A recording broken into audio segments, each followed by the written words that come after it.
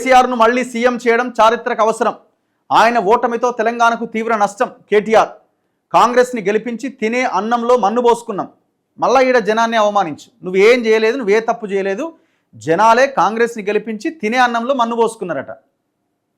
నువ్వు నీ పార్టీని బతికించాలనుకుంటున్నావా, చంపేయాలనుకుంటున్నావా, ఎవరికి కోవర్టిగిరి చేస్తున్నావో, ఎవరి కోసం పనిచేస్తున్నావో దయచేసి కేటీఆర్ సెలవి నాయన. జనం అట తినే అన్నంలో మన్నోడన పోసుకుంటాడా? మనిషి అన్నోడు ఎవడైనా అన్నం తింటుంటే దాంట్లో మన్ను తెచ్చి పోసుకుంటారా? ఒకసారి చెప్పండి మీరే. ప్రజలు ఇచ్చిన తీర్పును అవమానిస్తున్నాం. మళ్ళీ ఇక్కడ మేమేం తప్పు చేయలే, మేము చాలా గొప్పగా పనిచేసినాం అంటున్నాడు. ఇంకా మారతలేరు వీళ్ళు. ఇంకా వీళ్ళ అహంకారం తగ్గట్లేదు. వీళ్ళు మేము తప్పు చేశామన్న ఒక భావన, ఒక ఆలోచన కనీసం వీళ్ళకి రావట్లేదు. మళ్ళీ జనాలే తప్పు చేసిరు. ఈ జనాలు తప్పు చేసిరన్న దాంతో నీకు ఎంపీ ఎలక్షన్లో గుండు సున్నా ఇచ్చిరు. గాడిద గుడ్డు నీ నెత్తి మీద పెట్టిరు. ఒక గాడిద గుడ్డు తెచ్చి నీ నెత్తి మీద వలగొట్టిరు. చంద్రబాబు మంచి పాలన చేసిండు, ఐటీ కంపెనీలు తెచ్చిండు. ఎలక్షన్లప్పుడేమో చంద్రబాబుని వాడుకోవాలి, చంద్రబాబు కేంద్రంగా రాజకీయం చేసి ఆయన ఆంధ్రాబాబు ఈ బాబాబు అని అట్లా యువతల పార్టీని బదనాం చేయాలి. ఎలక్షన్లు అయిపోగానే ఆడ గవర్నమెంట్లో చంద్రబాబు ఉన్నాడు కాబట్టి ఆయనతో ఏమవసరం ఉందో ఏమో ఇప్పుడు చంద్రబాబు మంచి పాలన చేసిండని చెప్పాలి. ఇప్పుడు ఈ చంద్రబాబు మంచి పాలన చేసిండన్నది కూడా బీఆర్ఎస్ నిరికిచ్చే ప్రయత్నమే.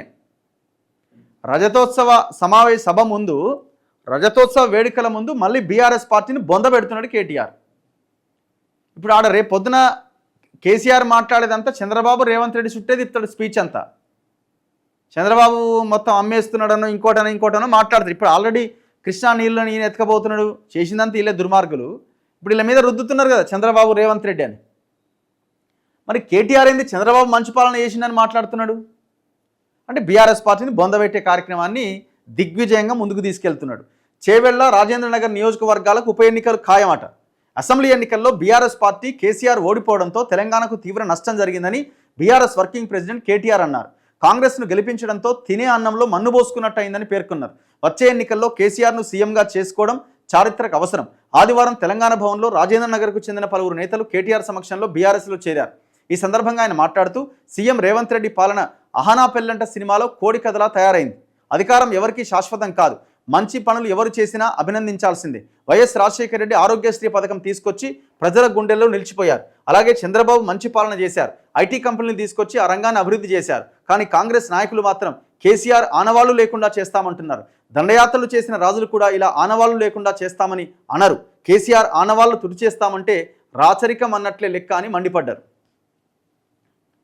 ఇది ఈ పార్టీని ఉంచాడు ఈయన గనక ఈ వర్కింగ్ ప్రెసిడెంట్ ఇట్లే కంటిన్యూ అయితే ఆ హరీష్ రావు పక్కకు తప్పుకోకముందే ఈ పార్టీ కథం అయిపోయింది.